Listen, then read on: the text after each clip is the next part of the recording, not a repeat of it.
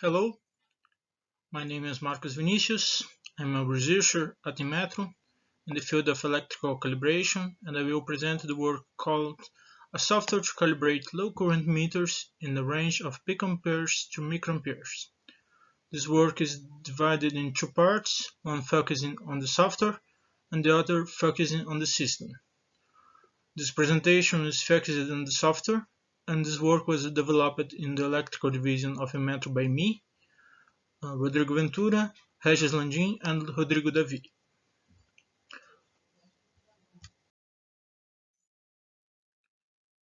The presentation structure is shown now.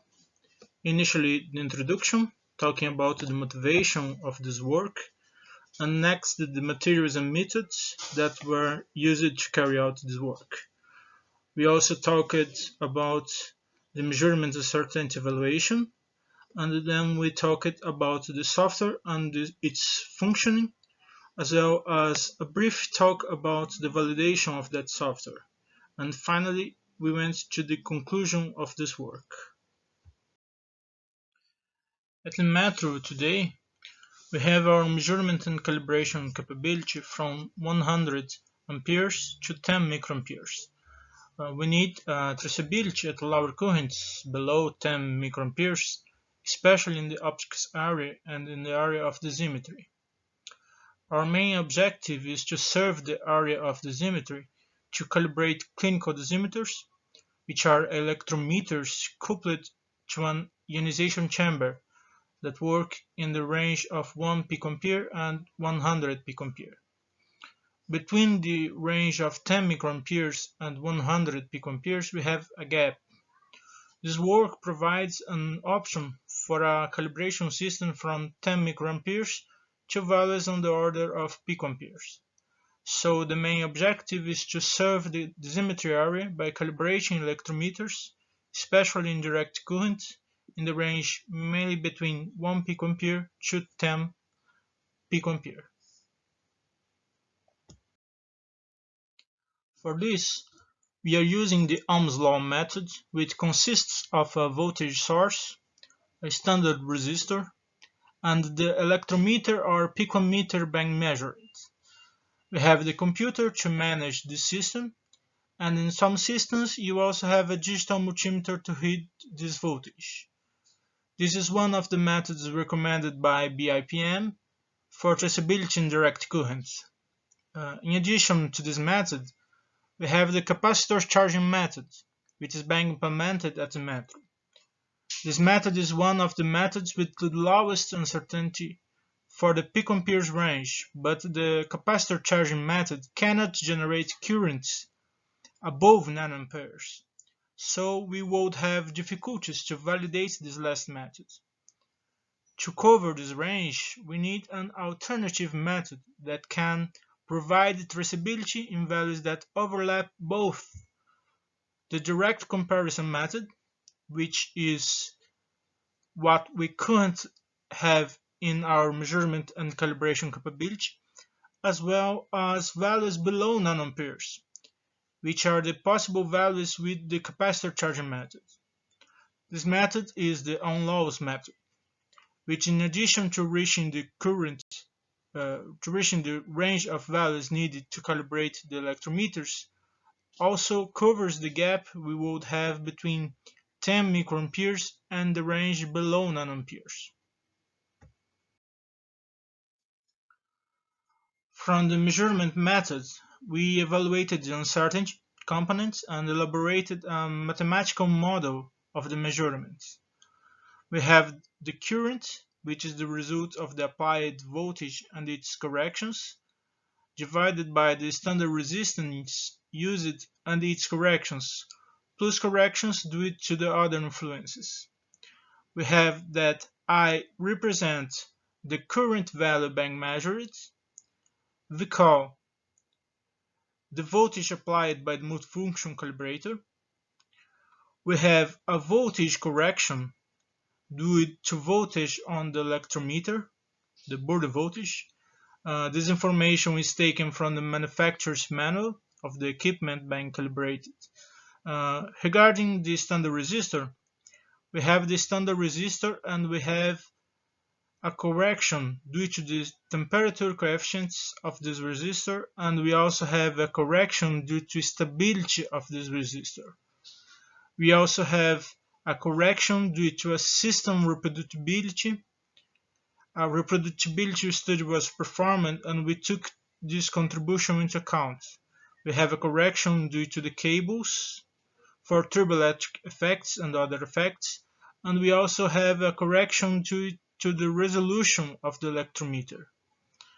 All these contributions were then entered into the software, and the software itself is in charge of doing all the calculations and estimating for each point its measurement uncertainty.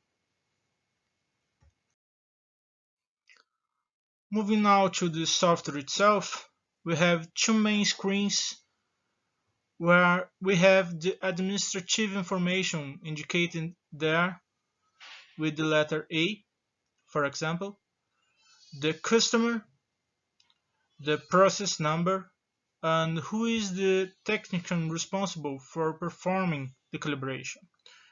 We have there, in the part indicated by letter B, the indication of the information of device under test, such as manufacturer, model, serial number, identification code, if any, the range is available for calibration, and the communication address GPAB. In item C, we have information on the standards used. So we have the information of the calibrator used and its GPAB address, and we have its serial number, and we also have the information of the set of resistors being used, with its tables, its resistance information, and the other components of uncertainty. In item D, we have information on the calibration points and ranges, where the user will select which range to calibrate, which point he wants to calibrate, and he can even save this calibration route or these calibration points with a specific name, depending on the customer, for example, or on some requested configuration. In item E, we have the calibration parameters. This being a second screen of the software, where we have the stabilization time, we have the information on the reading time interval, the information on how many readings will be performed. We also have the information if the execution will only be 1 point or if it will be continuous. Right beside it, we have information about the range and the points to be calibrated, the point where the calibration will start, and we have the stop and measurement advanced buttons. In item F, we have the system message. The system informs the user what is doing at that exact moment. In item G, we have the readings and calculated current values in the equipment under calibration and the reference value for that point, as well as the error. Finally, in item H, we have the graph showing the calculated relative error for each measurement. In the next two screens, we see information regarding the standard resistors that are used.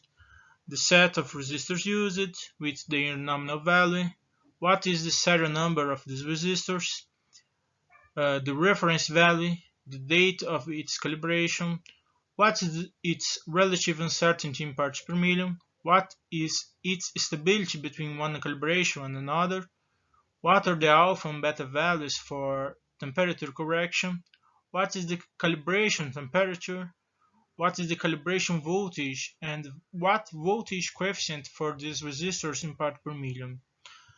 All of this goes into correction values for standards for uncertainty calculation purposes. The second screen shows the configuration information of the calibration item, where we have the manufacturer, the model there, we have the ranges available for calibration, and we have the commands used by the system to control the equipment.